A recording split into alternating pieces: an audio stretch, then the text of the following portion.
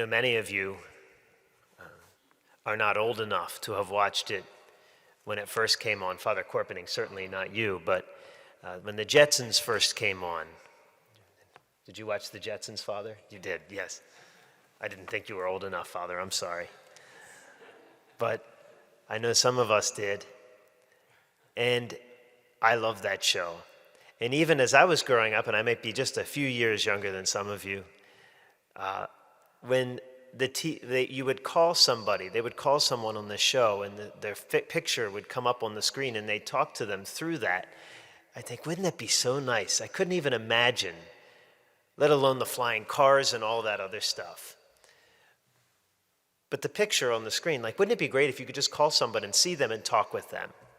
It was so foreign to me, such a foreign concept. Of course, now we live in a time where that's extreme, not only possible, it's kind of the norm. But it was so hard to believe when it first came out, certainly in the 60s and even in the 90s when I watched it.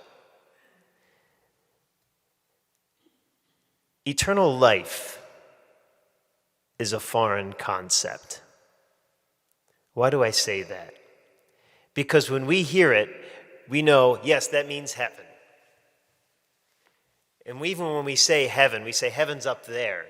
We have no clue what eternity means, because eternity is not a place.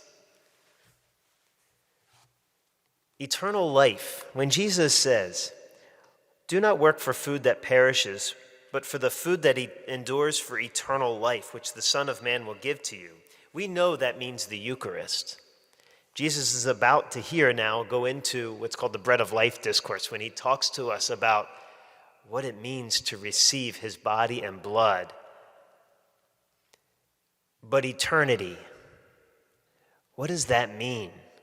We hear it, and it just kind of, it'll be great. Yeah, it'll be great. But do we truly desire it? Do we truly desire to enter into eternity? Do we truly desire to receive his life so that we may enter into his life? We have a hard time picturing eternity. St. Augustine said that since we were all made from nothing, we all have that inside of us. So that while we yearn for eternity, we also really don't quite understand it. But brothers and sisters, eternity is the gift that Jesus offers us, to enter into his life. Life that has no boundaries, life that has no place or time. There's no clock in heaven. Brothers and sisters, this is a great gift, to enter into his life, the life of eternity. Do we desire it? Or do we, as some kids in the school say, we go to heaven and we sit on a cloud? Really, is it that great? Oh my gosh.